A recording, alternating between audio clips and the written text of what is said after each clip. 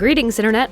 Welcome again to From Maker's Hands, and today, the floor is lava. That's right, we're making some lava tiles. First off, I want to apologize that this isn't a time-lapse, but I was at my folks' house and forgot my video camera. To begin, I had pre-cut my dungeon tiles from XPS foam and carved in the 1-inch grid.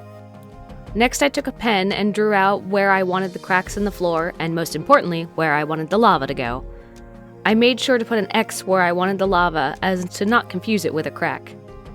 Next, I busted out some clear nail polish. A word of caution, however, this stuff stinks, and I'm pretty sure the fact that it's eating the foam doesn't help. Please save your lungs and some brain cells and wear a mask. If you're interested in the one I'm wearing, I'll put the link in the little box. Nail polish eats the foam and made it look like a lava basin. I got some really interesting looks with this. I almost forgot to take a picture. Before I coated them with a mix of black paint and Mod Podge, I textured the tiles with tinfoil. Here they are, all base coated and ready for paint.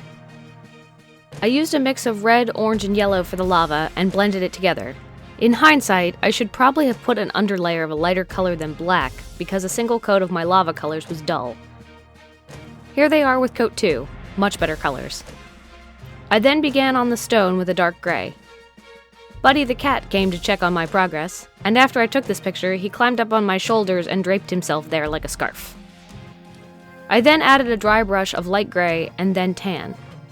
Even with a black wash on them, the stone was still too bright, so I went back in with some dark gray to tone down the highlights. I then sealed the lava with a gloss and the stone with a matte finish. So here they are, my lava tiles. I think they turned out pretty good. If you make a set of these, let me know, or if you'd like to purchase this set, or any of the other things I make with my hands, head on over to my Etsy shop. The link is in the little box. Thanks again for watching.